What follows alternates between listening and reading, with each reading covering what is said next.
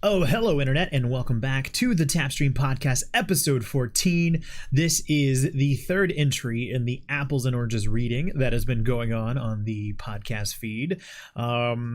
This is something that a good friend of mine, Dear Christopher, and I have been doing, where we read a script I wrote 10 years ago that is just absolutely horrendous and hilarious all in the same time. Last week, you guys kind of got left on a cliffhanger where Jim and Noodle, I forgot my own characters' names, where Jim and Noodle were cornered by a alien elite in Halo 3. And we kind of had to split book 2 into 2 episodes because of timing constraints.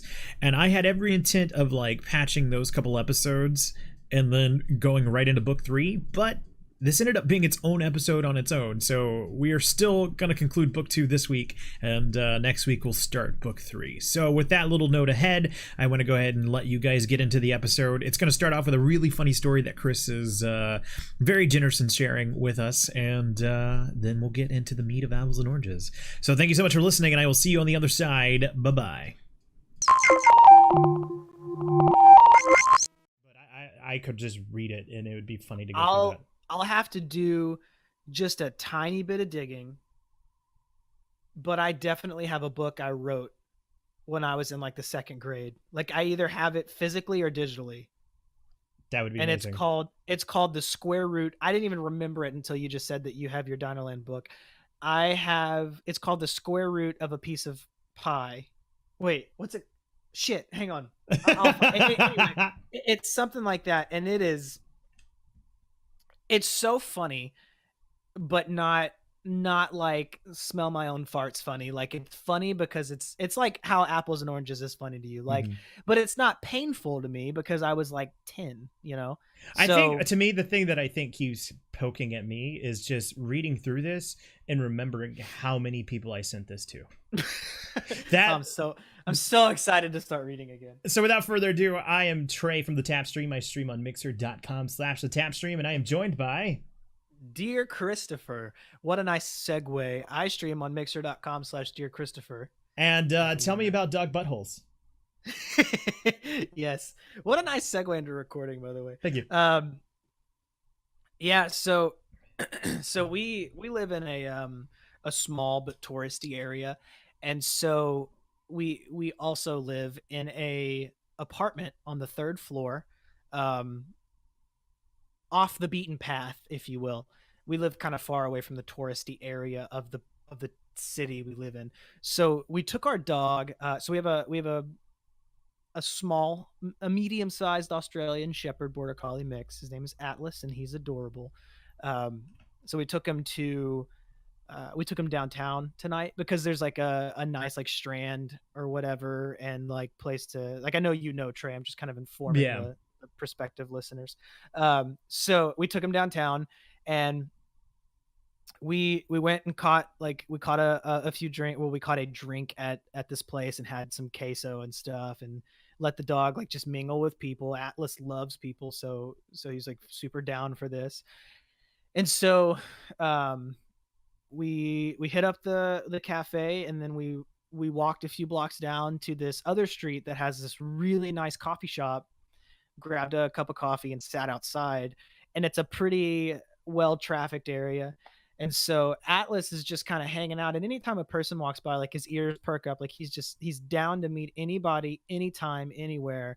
And so he's sitting there, and these 2 women walk up, and they're, older women. They pet my dog, and they walk up and they politely ask, which, by the way, is the best way to pet someone's dog, is to politely ask, "May I pet your dog?" Because sometimes not all dogs are nice. Right.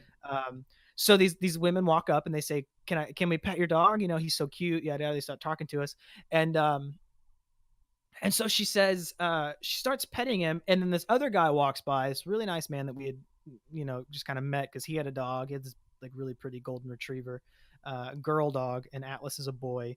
So the golden retriever walks up, and this man is, just being polite. Like these 2 women are sitting and petting my dog, and now they're petting this golden retriever. And Atlas starts to sniff this dog in the private regions. So I'm a child.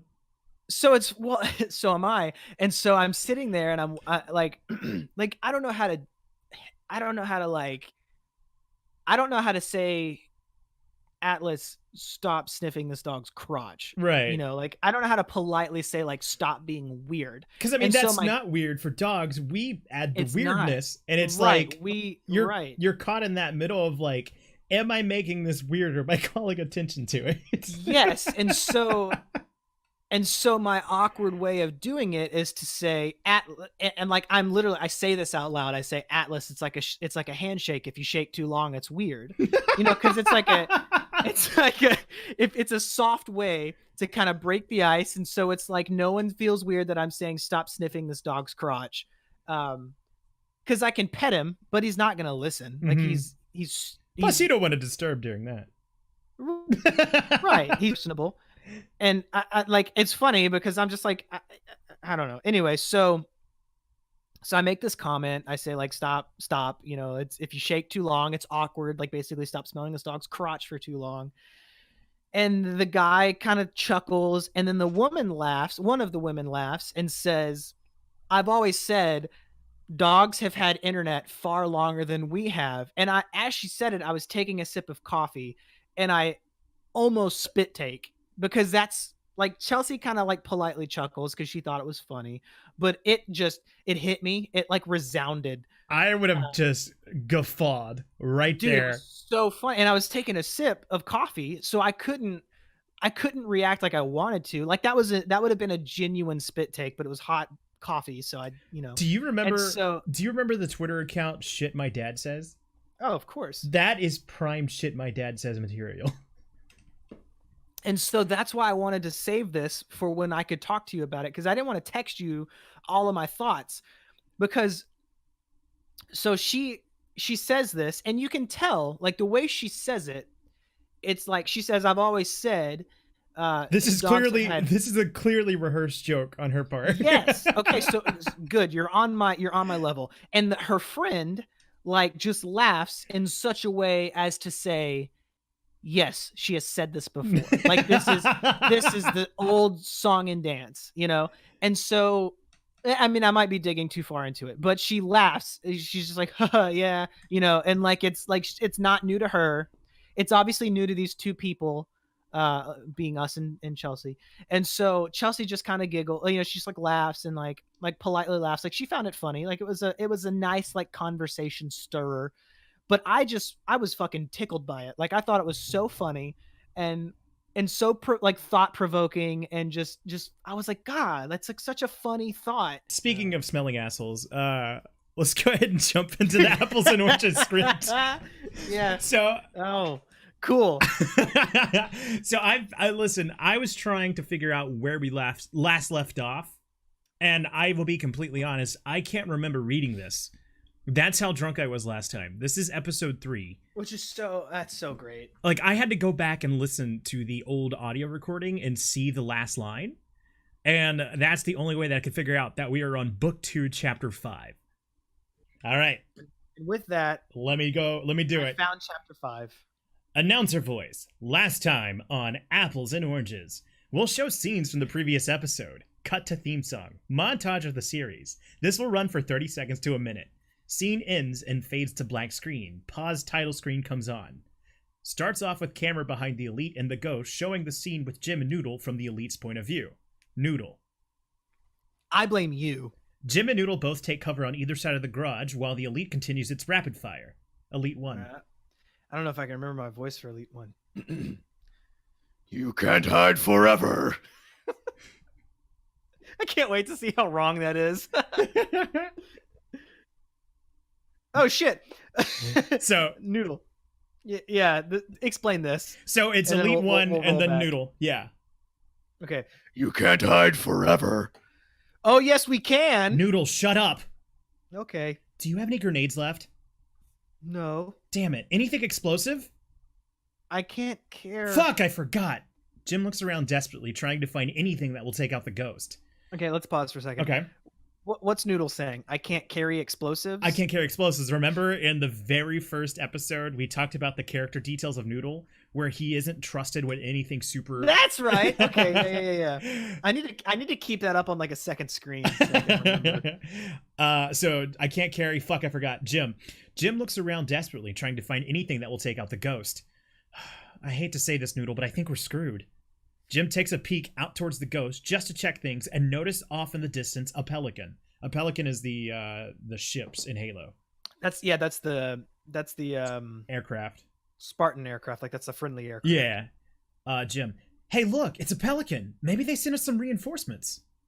I thought this was supposed to be a 2-man operation. Yeah, well, you think a lot of things that aren't true. Noodle looks down. So are we gonna wait here for him or her? Looks like we have no choice. What's the matter, comrades? How come you aren't making witty remarks? Which I have no context, but I really want to believe that that is just my own inner dialogue telling me that my writing is shitty. Got a little meta there. Oh, man. The elite begins laughing when a camouflaged Spartan kicks the elite out of the ghost. Noodle. Look! The elite looks around in confusion. The Spartan shoots the elite. Jim radios command. Command, this is Private Jim. Please give us info on a Spartan sent to Rat's Nest. Who's going to be I'll do female voice? I'll do command females. Give us a minute. We've checked the status. There are no known Spartans in your area. But there's a pelican here. It's either abandoned or has been taken by the enemy. Use caution. But we see the Spartan in front of us. We have no known records of any Spartans in your area. Use caution and proceed as needed. Confirmed. Turns to Noodle. Your command female voice sounds like C-3PO. I love it. Thank you. Jim, confirmed. Turns to Noodle. They have no idea who he is. I will go out and meet him. Noodle, no! By this time, the Spartan will be uncamouflaged. Noodle walks out towards the Spartan to thank him. Thank you very much for saving me. The Spartan knocks out Noodle, and Noodle lays out on the ground moaning in pain, cursing the Spartan. That was... So the way that's written is that it's supposed to say, thank you so much for and then that's when Noodle gets knocked out. Yeah, that's funny.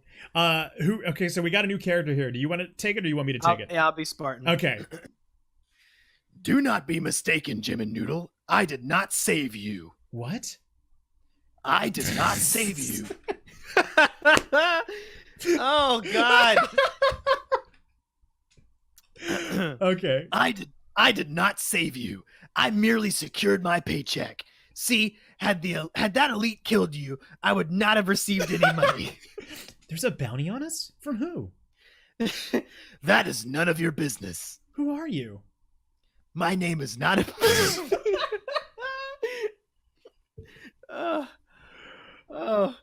My name is not important, but you can call me Red Hound. Red Hound? What kind of name is that? Now, if you'd like, I'll give you a 10-second head start. Wouldn't want to make this embarrassing now, would we? Noodle is seen running off. Well, I see one of you has common sense. Jim runs forward, but Red Hound jumps over Jim. Jim quickly turns around. You fight with anger. I like that. Makes this interesting. Jim runs forward, screaming this time, shooting a bit. Red Hound sidesteps and hits Jim in the back, and Jim falls down. Get up! You're embarrassing yourself. Jim's seen kneeling and panting. Seen spelled S-C-E-N-E. Embarrassing is spelled E-M-B-A-R. Oh, I even missed that. I was not going to say anything. Oh, go ahead. Since you pointed out scene, I was going to put on embarrassing. Jim, stop playing around. Are you sure that's what you really want? Jim runs forward again. Red Hound hits Jim. Jim falls backwards. Seriously, if it didn't work the first time, it's not going to work at all.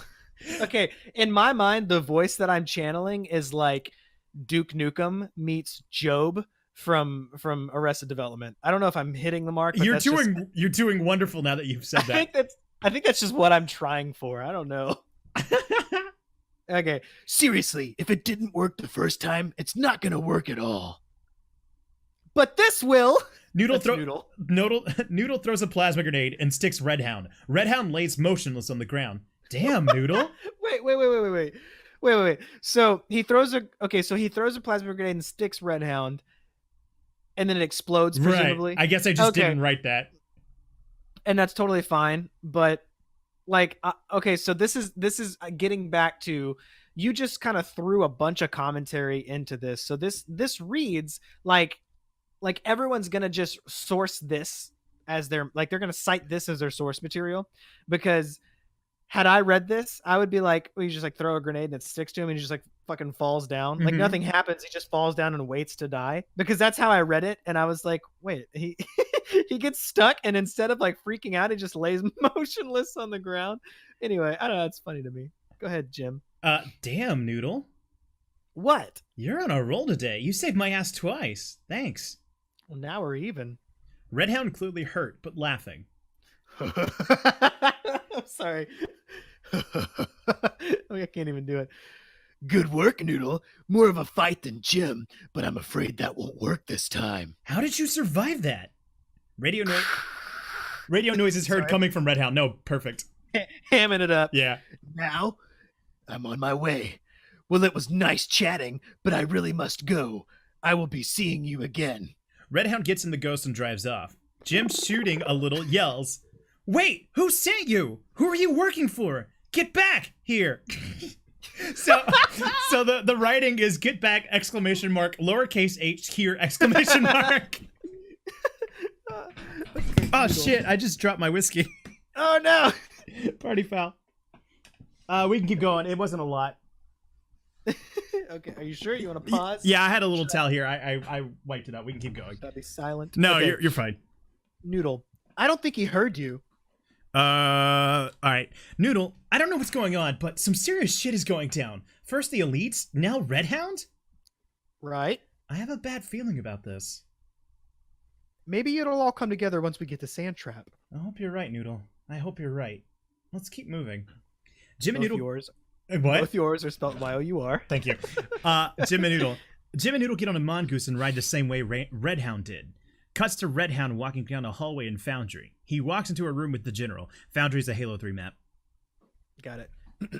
What's wrong, sir? I almost had them. Oh yeah. This is a very heavy you episode. Oh, I'm digging it. You moved too soon. Jim, he suspects something. Wait, what? He suspects something. You moved too soon. So You moved too soon. Jim, he suspects something. So this is planting the seed that General Rios is the one who sent Redhound. Got it. Okay. This is going to be a lot of flipping back and forth, but I'm going to do my best. What do you suggest we do? Let them continue their mission a little. Oh, wait, excuse me. Back up. What do you suggest we do? Let them continue their mission a little. Give them a false sense of purpose. Well, what should I do, sir? Follow them after the negotiations are done here. Attack when I give the orders. Yes, sir. With pleasure. End episode. Credits roll. Extra scene. Cuts to Jim and Noodle riding on a mongoose. So, how exactly did you get out of the cage? Well, it wasn't all that hard. I just... End. Fade to black. So, so I guess in my head... What? I guess in my head, I don't know. I think I vaguely, this isn't going to be written down anywhere, but I think I vaguely remember talking to Jonathan and saying that I wanted some grand reason for why his name is Noodle. And I think we were just going to be vague referencing it throughout the series, and it was going to somehow tie back into him getting out of that cage. I don't think this is ever picked up again. I think I abandoned it. That's all this was just a way to tease that. But I know for a fact it never comes back up again. So I don't know if maybe we were going to reveal that somehow he's just flexible. I think I was just going up. You know how Han Solo understands Chewbacca and there's no science behind it? I think we were just, that was going to be a Noodle thing, that he is just surprisingly good at getting out of cages. Out of pinches or cages? Cages. Because so far, I didn't misunderstand you. So far, he's been really idiot savant good at getting out of everything, hard situations. Yeah. Well, I mean, that's his character, right? He's extremely lucky is what I wrote him as. That's right. Mm-hmm. I should have gone back. Actually, I should not have gone back and read. Glad that I haven't, because it's so much fun to rediscover Noodle. I'm having so much fun playing Noodle. And what's his name? Redhound? Redhound. Yeah, I'm enjoying that too. I don't even remember Elite 1. I'm going to keep going with this. I'm just going to keep going with it. So another joke, I'm just going to make it again. And it's not as funny now that you've explained that you, I guess, tried to like write some like mass arc of like, I don't know, Noodle, like explaining his character, but avoiding explaining his character. But it's so clear that some Marvel movie came out around the time that you were writing this, because you rely so heavily on the post credit like stingers that every time one does not exist, I question what happened. Like I'm like, did you just run out of steam or something? Because every time, like, I don't know, it's so funny. Like let's be real. 17-year-old Trey is swinging for the fucking fences. Which is brilliant. I love it. This isn't half-assed. This is me giving it my all. It just so happens. This is you whole-assing. I am 100% whole-assing this. So, okay, so it's 2019. So, I'm just going to do a quick Google. I'm sure you can answer quicker. Yeah. Marvel movies 2009. Iron Man. So I just want to see. Okay, so Ghost Rider, Iron Man, X-Men Origins, Wolverine. But let's be honest, like mostly. Okay, so Spider-Man 3 had come out. Let's like how prevalent was the post-credit scenes? Iron Man kicked it off, as far as I know. And Iron Man was 2008, so right. that's right on time. Okay, perfect. So last time when I made the joke, I was like, man, you were really feeling these post scenes. I don't know if you remember, but I shot off really quickly. Iron Man. It is not. This was heavily. I fully remember that, but I remember you saying that, but I don't personally remember Iron Man having like the original Iron Man. I don't remember the. Yeah, it's where Nick Fury comes in and says, "You think you were the only superhero in the universe?" Okay. And you just joined a bigger world than you thought, or something like that.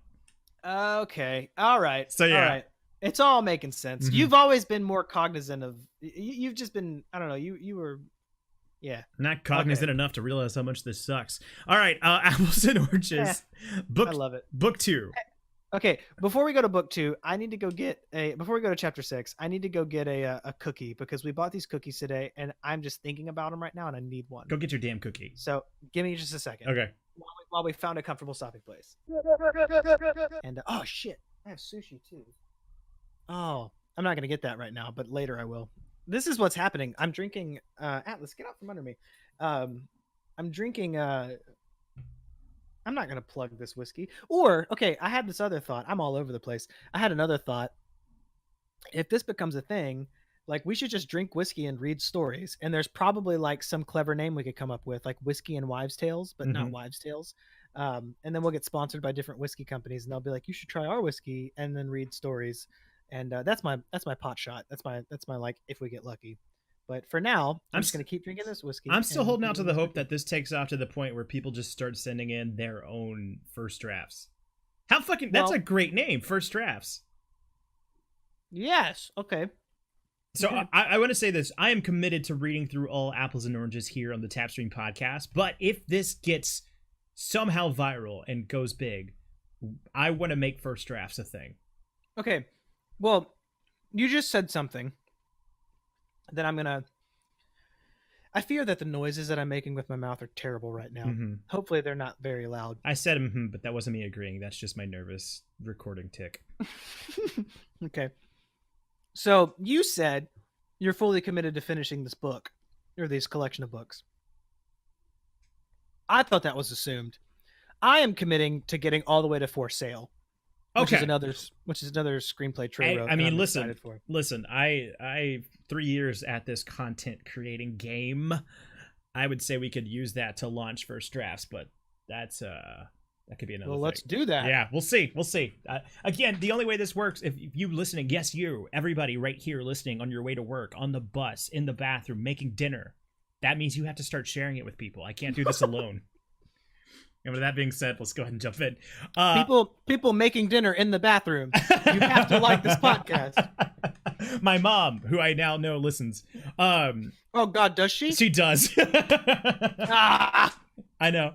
Don't worry about it. That's terrible news. No, and I just want to preface: it's not terrible because she's listening. It's terrible because we are now self-conscious of everything we've said. No, it's terrible because I just love your family so much that I'm now like, ah, crap. I've said like, see, I said crap instead of shit. Like I'm going to be worried. Don't think about it. Just look. I'll break the ice. Your mom's so sweet. Fuck. There we go. Your mom is so sweet. Now she's gonna hear me saying swear words. It'll be fine. Talk about your dog's butthole more. All right, announcer voice. Last time on Apple. No, hold on. I'm gonna back up. Apples and Oranges, Book 2, Wild Goose Chase, Chapter 6. God bless you. Announcer voice. Last time on Apples and Oranges, we'll show scenes from the previous episode. Cut to theme song. Montage of the series. This will run for 30 seconds to a minute. Scene ends and fades to black. Screen pauses. Title screen comes on. We'll show. Hang on. Yeah. Okay. So I'm gonna update my bucket list not my bucket list, but my like end goal for this is that one day this is gonna get so popular that we're gonna do a live recorded podcast where we reread this. Mm-hmm. And it's gonna be like a fucking like Rocky Horror Picture Show review. Like you're gonna go announcer voice last time on Apples and Oranges, and people are going to scream those words back at you. That's my like, I hope this takes off, and it's gonna end there. Like we're gonna do a live reading in like Houston or Austin or like fucking Baltimore or something. Wherever, yeah. And people are gonna scream these words back, and it's gonna be awesome. I'm so excited for it. I hope so, man. All right, we'll show a panoramic view of Sandtrap. Sandtrap's a Halo 3 level. Then we'll cut to a scene of Jim and Noodle swerving around the part of Sandtrap that shoots the missile out. Jim: holy crap, this is the last time I'm following your directions.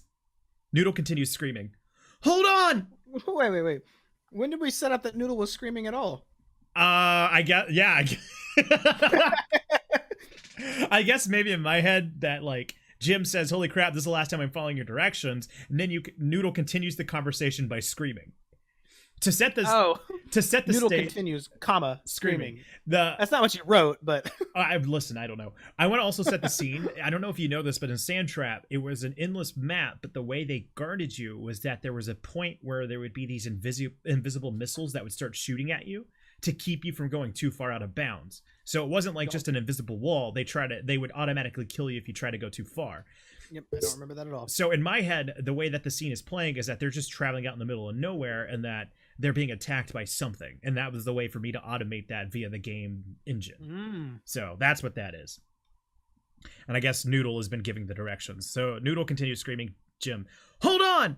An over-the-shoulder camera shot shows they're about to jump off the cliff. They're both screaming. Cut to an undershot of them in the air. They land.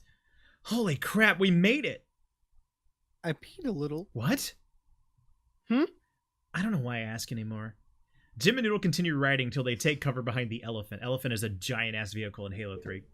Okay. What's the elephant doing here? A long time ago, this used to be a marine base. The elephants were brought here. They tried using them in battle, but they proved worthless. They're too slow, so they abandoned them here.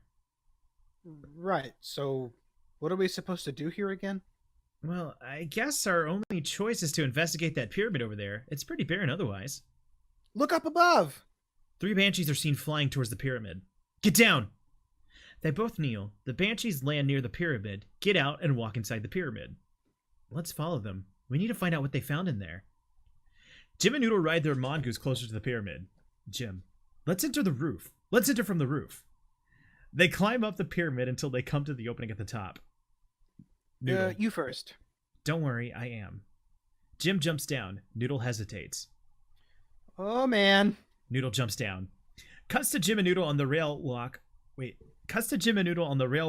kneeling on the Last Resort map. But we'll play it off as if it's underneath a pyramid. So I guess we're stitching 2 different Halo 3 levels that we're filming in. Fancy. Okay, so yeah, we'll use Forge to edit this part of the map to make it look like an assembly line filled with hammers. Elites will be walking in and out of the room. That's a fucking run-on sentence.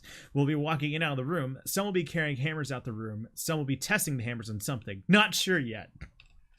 So I want to go ahead and try and explain what's going on here. They go inside this pyramid. They jump from the roof, and they find themselves on an assembly line. And it is supposed to be intended that this assembly line is creating the hammers in the Halo 3 game. And so we're seeing all these different people test them.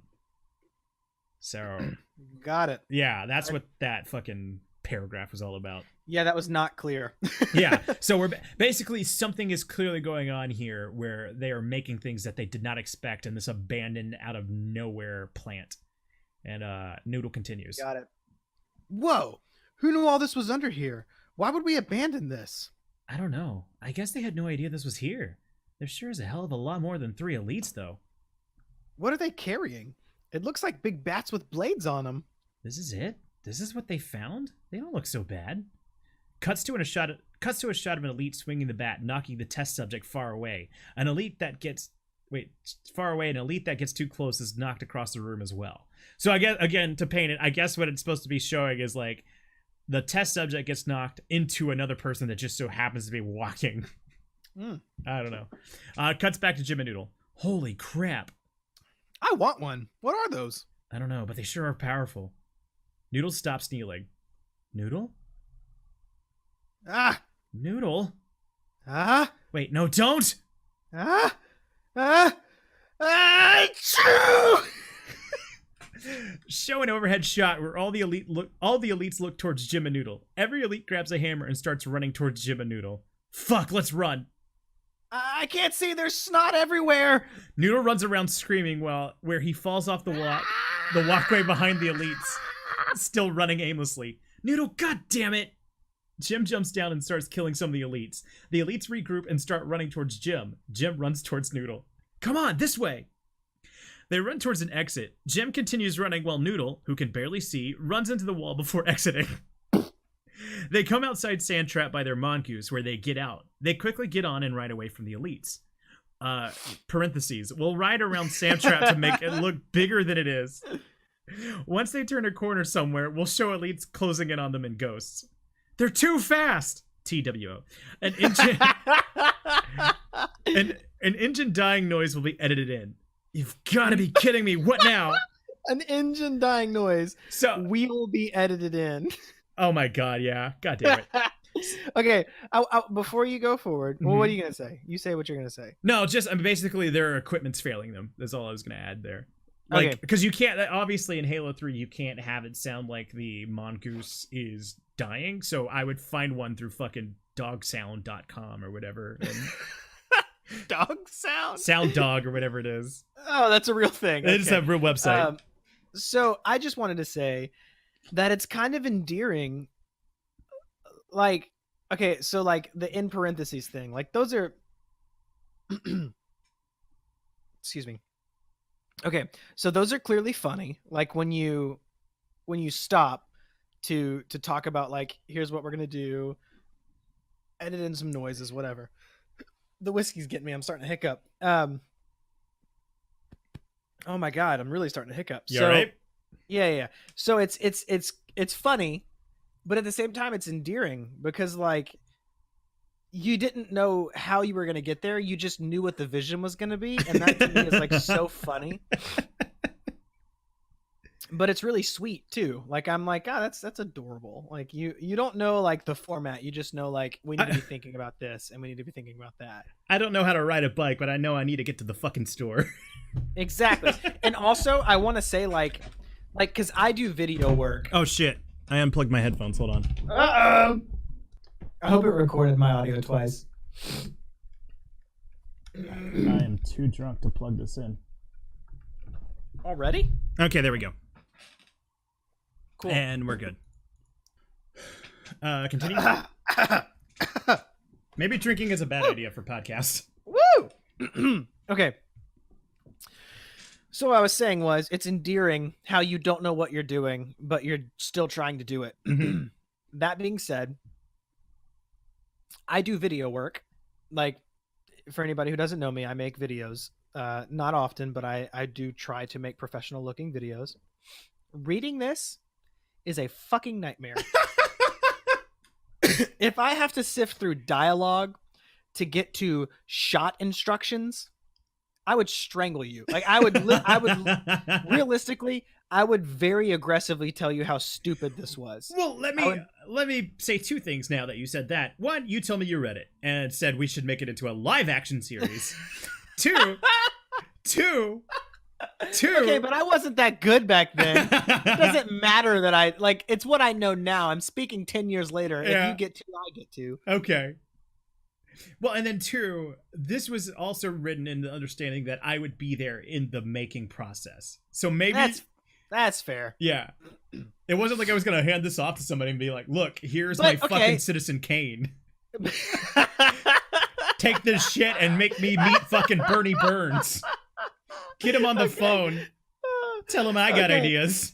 Okay, but to challenge your point, even if you're going to be there while we're doing it, like, are you going to remember that we're going to ride around Sandtrap to make it look bigger than it is? Like, that's such a small detail to flesh out the environment that you probably realistically wouldn't remember it until we reach this point in the dialogue chronological flow. So that's why I take issue with it, is because it's like I don't know. There's no point in getting into it. Yeah. But it's so funny because I just think like, you know what this is? What? This is my threat level midnight. And oh my God, it absolutely is.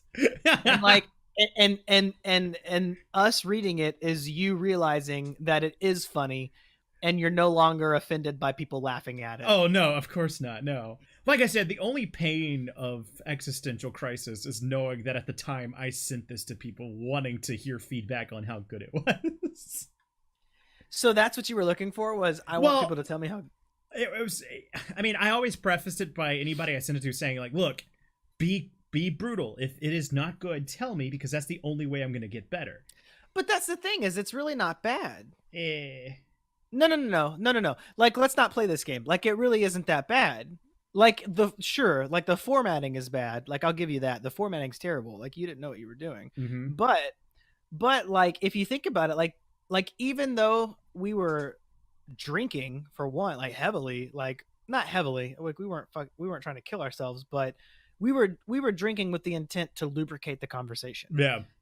And I ended it not remembering where we were, but I still like emotionally remembered enough that I could summarize where we were as we're picking back up. That's not for nothing. Like that's pretty damn good in my opinion. So I can totally see. I don't think people were being totally polite. Like, I think they were being polite. Like, I don't remember being polite. Like, I remember thinking like, oh, this is good. Like, this is intimidatingly good. So when you say, still funny, when you say you sent it to like teachers and shit. God, it's so funny now that we're so far into it. The fact that you would send this to a teacher. I don't think it's that bad. I think to be able to excuse a 17-year-old for writing it, I don't think it's that bad. I don't know. It's bad, but it's not bad because it's bad. How do I put this? It's not bad because it's bad story writing. It scales down. Like, you can see the seeds of honest effort. It's not like, I don't know. I guess it's not up to code, obviously, with what we know now, but maybe at the time it was. That was forgivable. Yeah. And it's still forgivable. I don't know. Let's continue. Okay. Where were we? Let's see. An engine dying noise. They're too fast. Let's just read. They're too fast, TWO. An engine dying noise will be edited in. You've got to be kidding me. What now?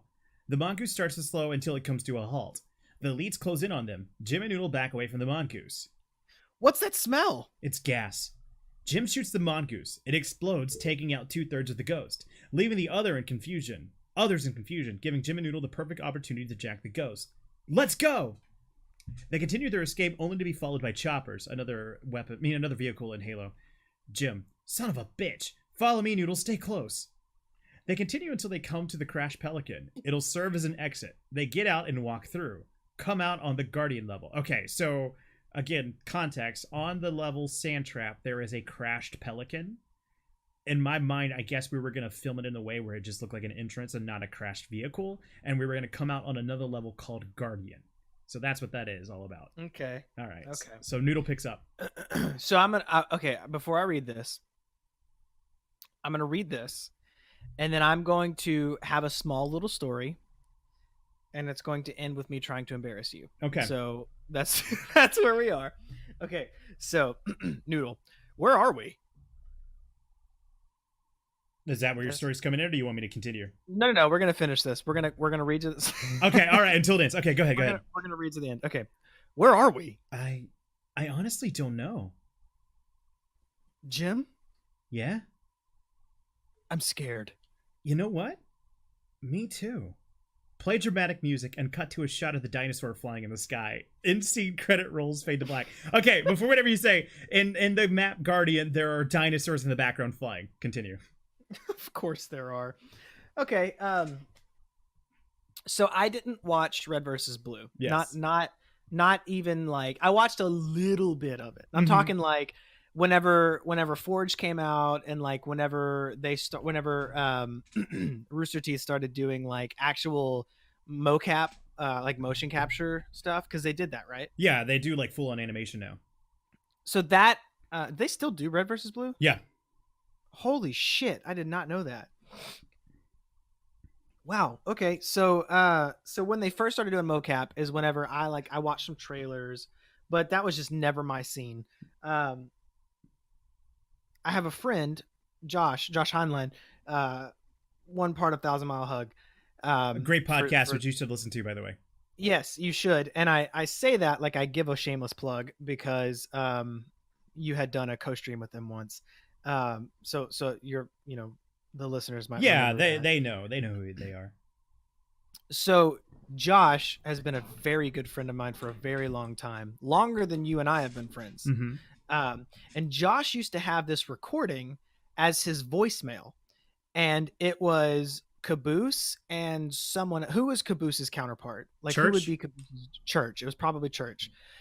So the phone would ring, and it would say like the whatever it would say, it would ring, and then it would go to the voicemail, and it would say, where are we? Are we dead? I don't want to be dead. I want to be alive, or a cowboy. And then Josh would pick up the phone and say, well, call me back. And then so the reason I remember this is because Josh made it the intro to one of the songs that his band at the time wrote. And so I know about this scene. I know Caboose says, I don't want to be dead. I want to be alive, or a cowboy. Mm-hmm. Right? Like, do you remember this? Yeah, of course. Okay, so I say all of that to say, is that what you're channeling here? Like, are you like subconsciously ripping that off right here? No, honest man, I'm not. Damn it. Because to me, it's like, because you're saying where are we? To me, it's in my mind, the way that I'm setting this from what I can remember is that, they just discovered the assembly line. They're running for their lives, and they enter this new place. And so Noodle, of course, says, where are we? Which is pretty much in character. And then Jim is the one to say, I honestly don't know. Noodle says, I'm scared. And Jim says, me too. That's me trying to set the scene like, oh, shit. Of uncertainty. They're very lost. Yeah. See, okay. So I'll tell you right now, I'm very unsatisfied that I didn't hit that on the head. I'm sorry. I don't That's okay. think. Listen. That's okay. Go ahead. It is in all spirits. Noodle is Caboose. Jim is another character you probably don't know called Agent Washington. But I without a doubt. That's right. You told me that last time. It wasn't like I was trying to rip that scene one for one. Okay. Yeah. Okay. Fair enough. So what I was about to get at was now I will say, since I am not satisfied in that you've ripped that off, I get what your intent was now, and I will oppose you and say that this is pretty fucking solid writing. Because okay, maybe it's not great. Maybe we could punch it up heavily now. Mm-hmm. But look what you're doing. Like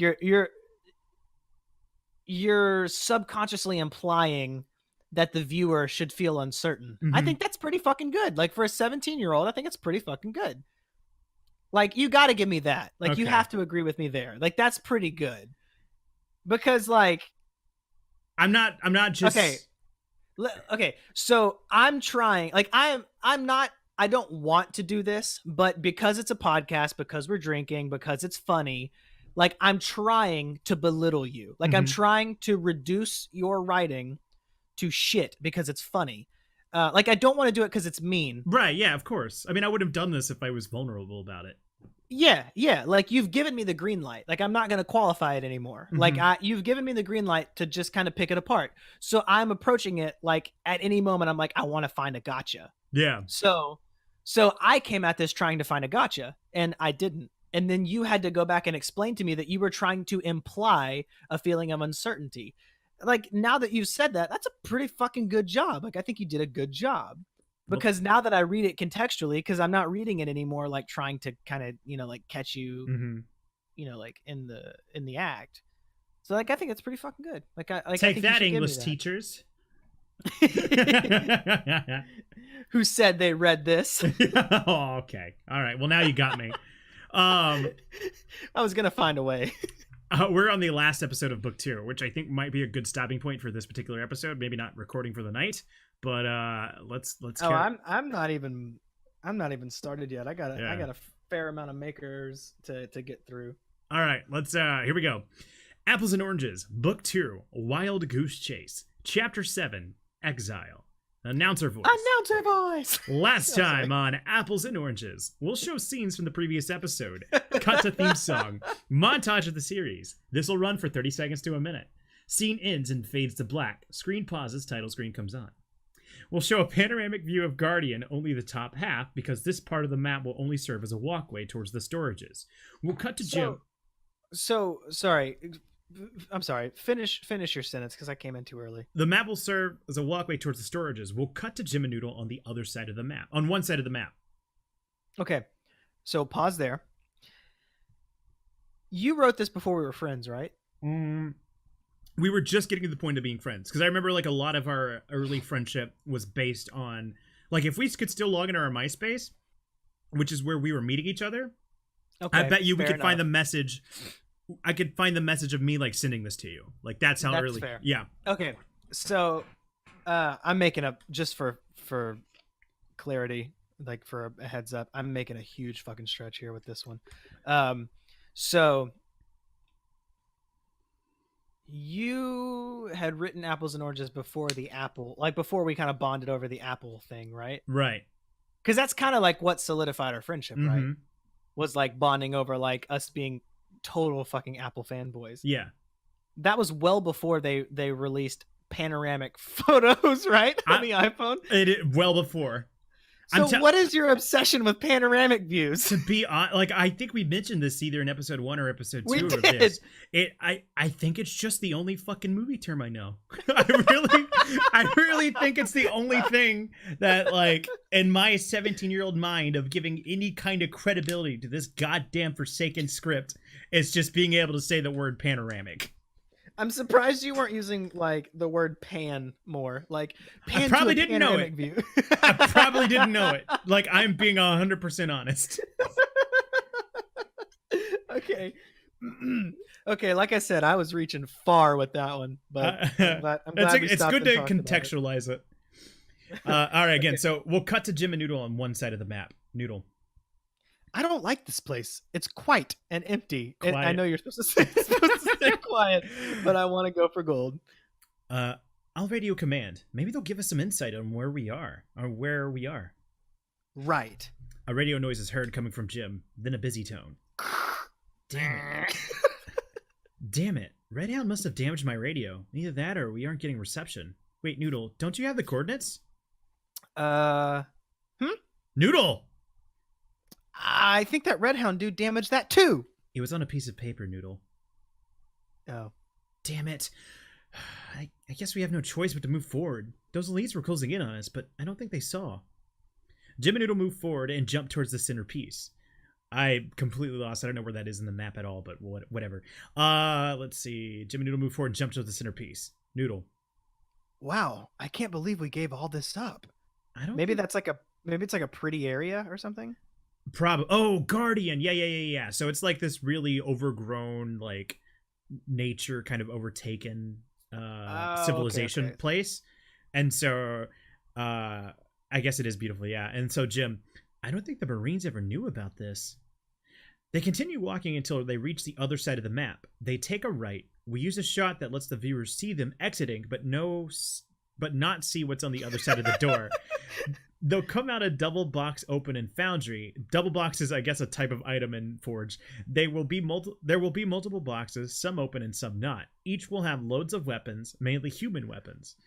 Towards the other side of the map, there will be scorpions. If allowed, wraiths, warthogs, mongooses, ghosts. On one side of the map, there is glass windows. There will be the general and an elite having a conversation. The doorway is blocked by two elites. Two elites. On one side of the general is a red hound. Cut back Jimmy Noodle. Okay, I can't stress enough how good you got when you wrote for sale, because I don't play that too much, because like if we get to that. Oh no, it's not if. We will get to that. Well, let me try and clean this up a bit, because again, I am struggling a little bit to go see what's going on here. Just to set the grand stage. Again, they've been sent on this wild goose chase of a mission. And they keep getting like just moved from next point to the next point to the next point because they're being hunted, essentially. Like it is revealed now that Red Hound was hired to kill them. They are not meant to get anywhere that they are getting to. And so in their continued running away, they have somehow stumbled into this just forgotten area, quote unquote. And so they go from one map into another map, and it's supposed to be like this giant weapon cache that they have found. And so that's what it is. Like, they're finding all these mongooses and wraiths and warthogs and ghosts, which are all Halo 3 vehicles.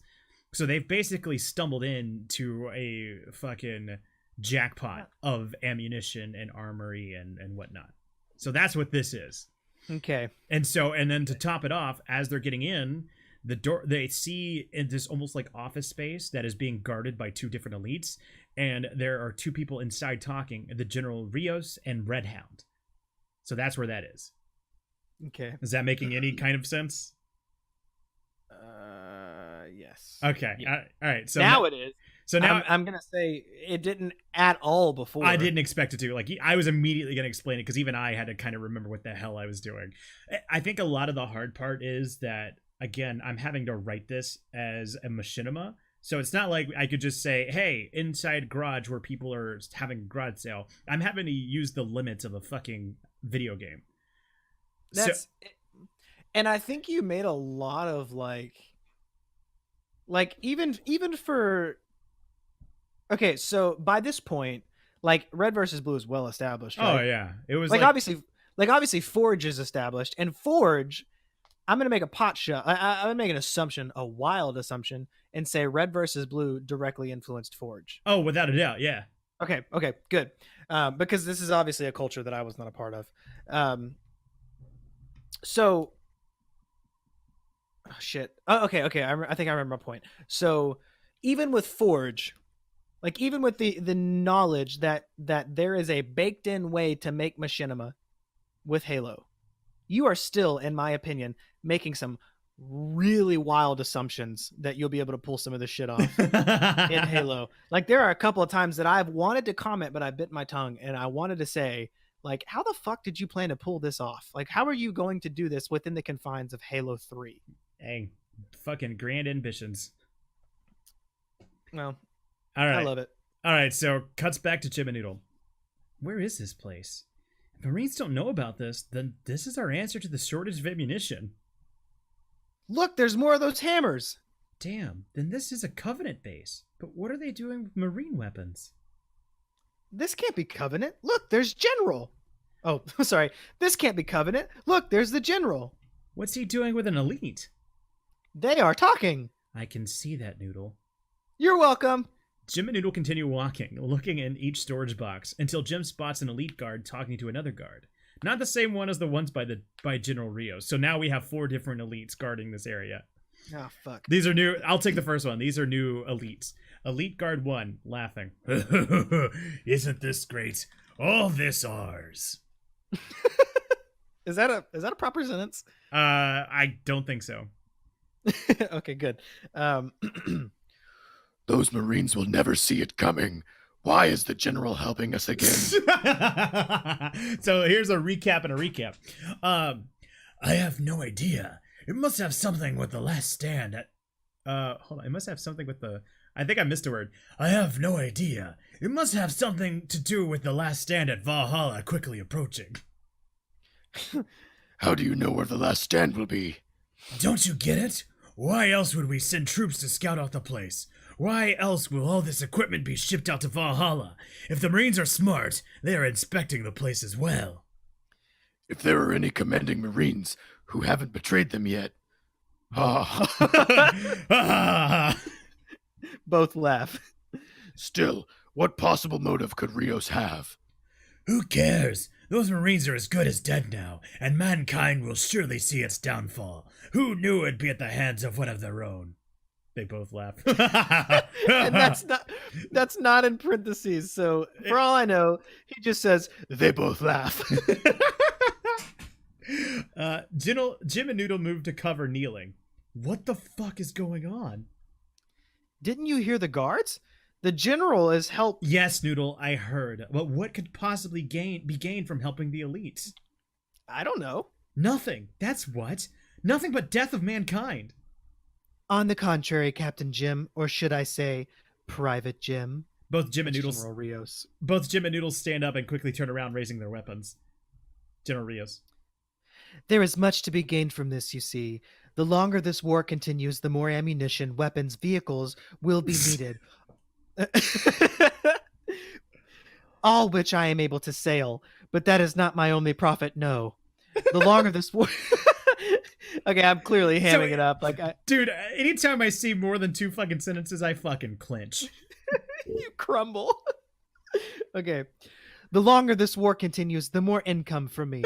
So you see, there is much to be gained from this war. Yes, a handful of lives will be lost at Valhalla, but the outcome will be worth it. For me, at least. Ha ha ha ha ha. It all makes sense. Yeah. You are good enough to set uncertainty through implied conversation, but you were like, no one's gonna get this. I might as well spell it way the fuck out. And like, I don't even know what you were like. This is just textbook monologuing. I'll kidnap 1,000 children before I let this company die. Like, that's exactly what you're doing there, but like worse. I love it. Okay, Jim. It all makes sense now. The bogus training, the elites, Red Hound, the Mongoose. You were the one who gave the order at high ground. You knew the massacre would enrage the elites and prolong this war. Yes, you are a smart one, Jim. Okay, so high ground was the map where Captain John died, where Jim was told to kill the women and children. And how long ago was that? Episode-wise? Not episode-wise, but time-wise. It can't be longer than a year, because I mean, I can't imagine that they would demote him and then send him back to training camp after a set amount of time. Okay, fair enough. Yeah. So this is I mean, within a year. Okay. Yes, you are a smart one, Jim. Why? The elites will quickly turn on you. They have no care for money. Once they get what they need out of you, their alliance with you will end, and they will turn on you. I'm afraid you're wrong, Jim. It's a win-win situation. The longer this war lasts, the more they get to kill and fulfill whatever bullshit religious crusade they believe in, and I get my money. You can't get away with this. It's too late, Jim. I already have. All the firepower is here. There are elites wandering the halls back there, not to mention their great one and last Red Hound. There is no escape. This will be our little secret. I won't let you. Jim runs towards the general and fires his shotgun, missing. Jim, 11... Oh, God. I'm sorry. I just remembered why. What?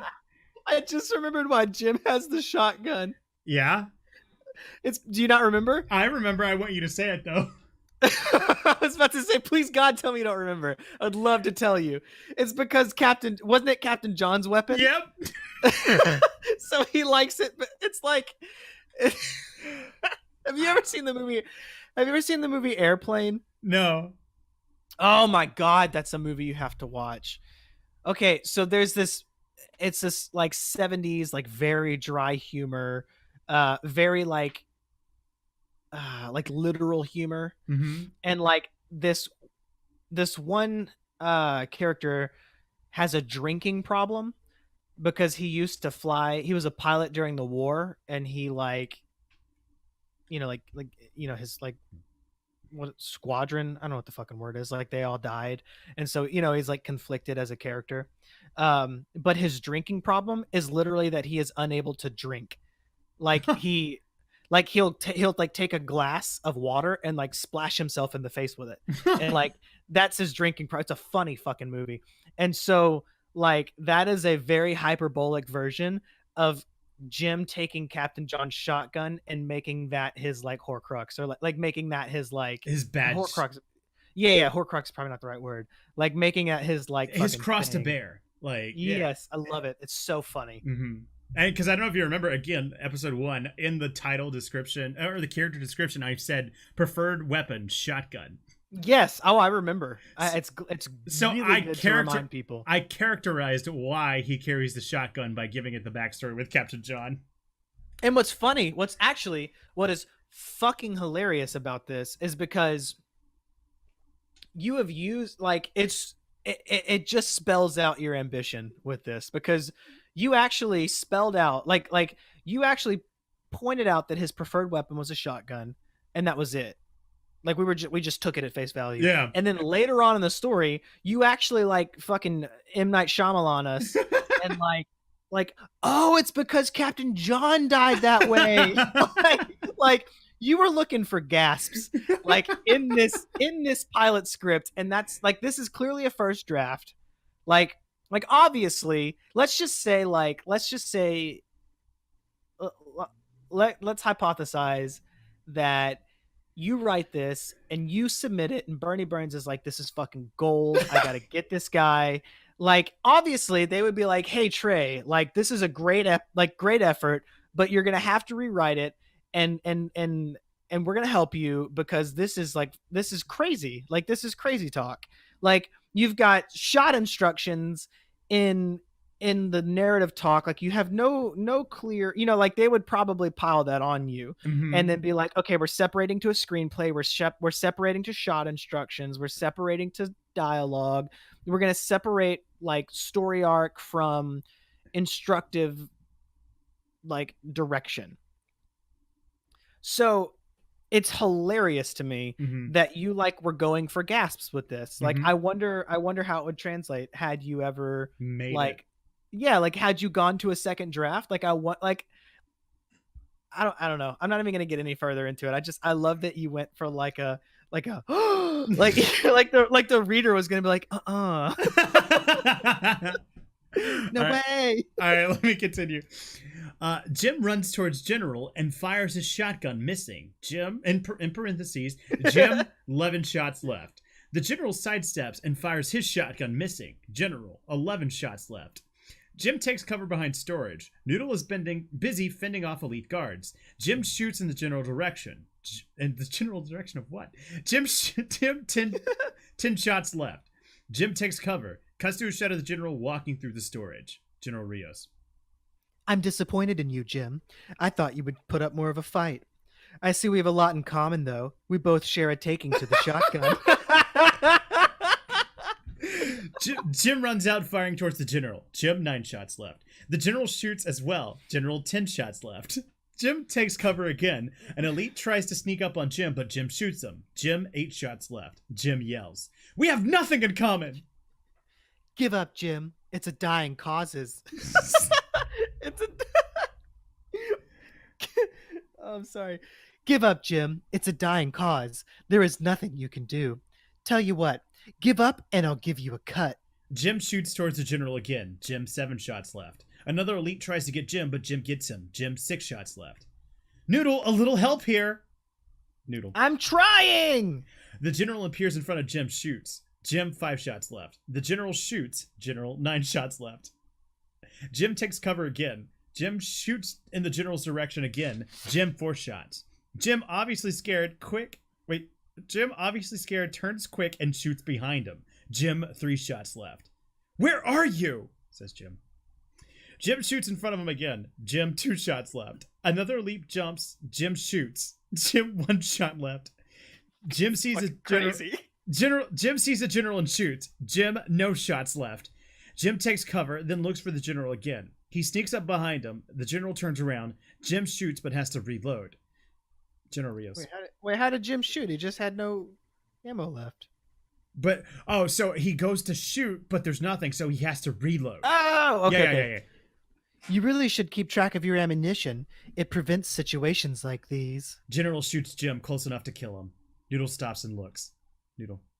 Jim! Noodle's knocked out by an elite. The general reloads as Redhound walks up. Redhound. Are they dead? Do not worry. You will still get paid. Take the bodies, dump far away where no one will find them. Okay, I'm going to try to punch that up. Okay, go ahead. Do not worry. You still will get paid. Take the bodies and dump them far away where no one will find them. I'm on it. End episode. In chapter 2. Credits roll. Fade to black. Okay, so I want to... Yeah. Okay, I'm trying to think how to word this. So the like shot countdown was building real tension for me, like just now. Really? Yes, that was building real. Like I was like, oh, fuck, what's gonna happen? Okay, so I know you didn't watch How I Met Your Mother, but there is a episode where something significant happens to Marshall, which is Jason Segel's character, and in all of the backgrounds of the shots, there's a countdown, I believe, from 30, or maybe it's from 10. I think it's from 30. But it's a countdown. It's like, let's just say it's from 30. And it's like 30. And then like on the clock, there will be like on the digital clock, it'll just say like 29. And then like 28 like is a number on a piece of paper. Like it's like a very creative way of counting down. And you don't notice, like I personally didn't notice it until it was like around like number 9. And then it's like one of those Easter eggs you go back and watch and you're like, oh, they were directing us towards something. So that's what I was imagining this whole time. I was like, what's happening? Like, what's he bringing us to? And then like, I don't know, like, I don't want to be mean, but you kind of didn't, like you built tension. And I was like, kind of like, I wasn't freaking out, but I was like, oh shit, what's about to happen? And then like, I don't know, like it wasn't it wasn't anything. Like I mean it was something. Well, I mean it was basically because I remember this. I went into Halo 3 and saw how many fucking shots you could have in a shotgun. And so I kept track in this writing because I didn't, you know how like that's always one of the go-to criticism where someone like, oh man, you never see him reload in the story. I got it. So I didn't want anybody to have a fucking excuse. And so I wanted the scene to be really tense where we're watching from the perspective of Jim as he's trying to get to General Rios and we're keeping track of his shots.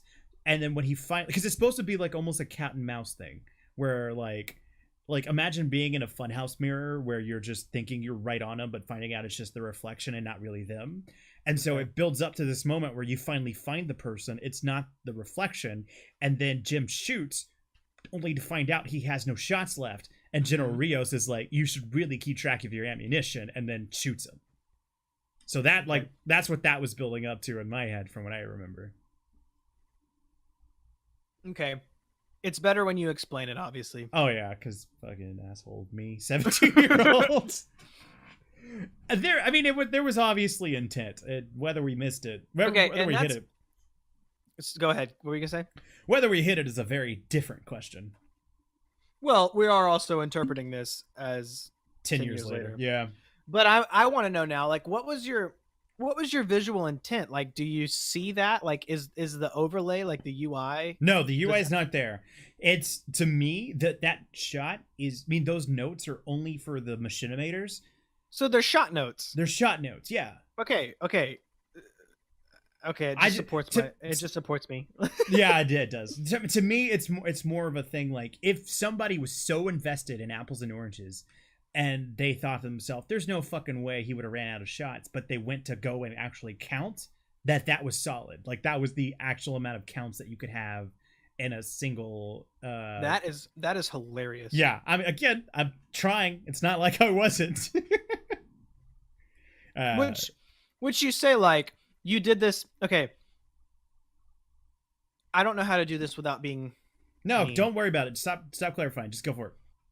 It's so fucking funny that you were like, you know what, man? Like, this is gonna take off. Like, I'm gonna have to think about this.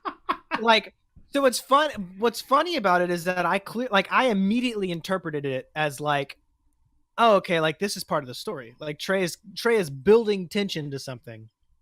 And I tell you this, and I like talk to you about how it's like it reminds me of like this other well-received history that I like, How I Met Your Mother, because let's fucking face it, like How I Met Your Mother was good. Yeah.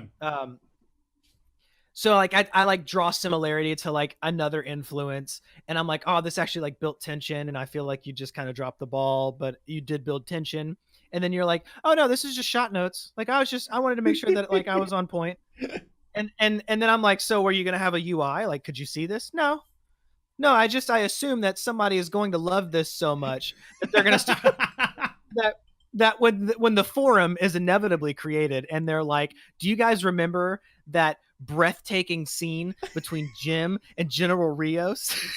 Which I just noticed you spelled general wrong. General. Okay, so when the forum is inevitably created, and they're talking about this breathtaking scene between Jim and General Rios, they're gonna be like, oh, I was counting the shots thinking that there was going to be a blooper here, and there's not. Those fuckers got me. Like, I love that. We got. I love that that's where you were going. And like, I love that I interpreted it as huge, and you were like, no, it wasn't. It's supposed to be just like if you're paying attention, you're good. Love this is book 2.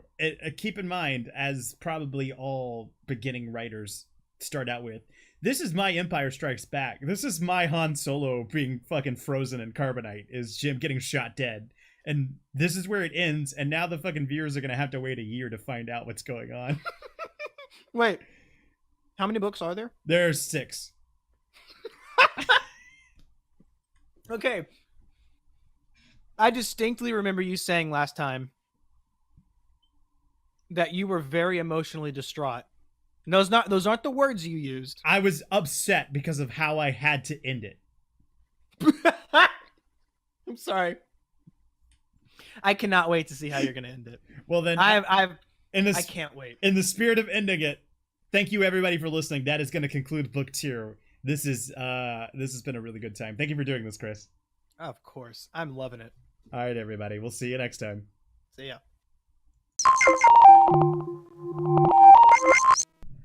All right, everybody, thank you so much for listening to the TapStream podcast. I hope that you are enjoying the Apples and Oranges reading, because I know we are most definitely doing the same. If you did enjoy this podcast, don't forget to like, subscribe, share, do whatever it is you need to do to help us make sure that this is getting listened by as many people as possible. If you enjoyed me, you can find me at TheTapStream on every social media platform you can think of. Everything I'm doing is in an attempt to make your day better, so just go and visit those websites and you will find something to make your day better. I guarantee it. There is the TheTapStream.com /podcast, where there is a comment section if you would like to commentate on anything that you heard in this particular episode or previous episodes. And you can find some community art as well as a link to the community Discord to come help and hang out with us, because it's always a good time to meet new people. If you did enjoy my good friend Dear Christopher, don't forget to follow him as well at mixer.com /Dear Christopher, and as well as well at Dear Christopher on any other social media platform you can find him. That about does it. If you keep up with my stream over at mixer.com /TheTapStream, this Tuesday, Wednesday, and Thursday is going to be a new set of streams. I'll be streaming Kingdom Hearts 3 on Tuesday and Wednesday, and then playing more Mario Maker on Thursday. If I had to pick a highlight of the week, for me, I think the thing that made me the most excited this week was getting to play Mario Maker on Thursday. I've been trying to commit to learning more Kaizo tricks, which, if you're not familiar, are just really difficult levels designed in Mario Maker for expert players. And I've been trying to learn more tricks, and I am nowhere near where I want to be, but I'm further than I was expecting to be after a couple of sessions of practicing. And just the overall vibe that I'm getting around Mario Maker is just making me really excited. Mario Maker 2 is coming out soon. That's a game that is very special to me, which I won't get into here. You guys probably know by now. It just, I don't know. That Thursday stream was a really, really good point for me. But I want to know about you. At the TapStream on any social media platform, tag me in it. What was the highlight of your week? I'd love to know. And make sure that you use the hashtag TheTapStream highlight. Until next week, I love your faces. Bye-bye, everybody.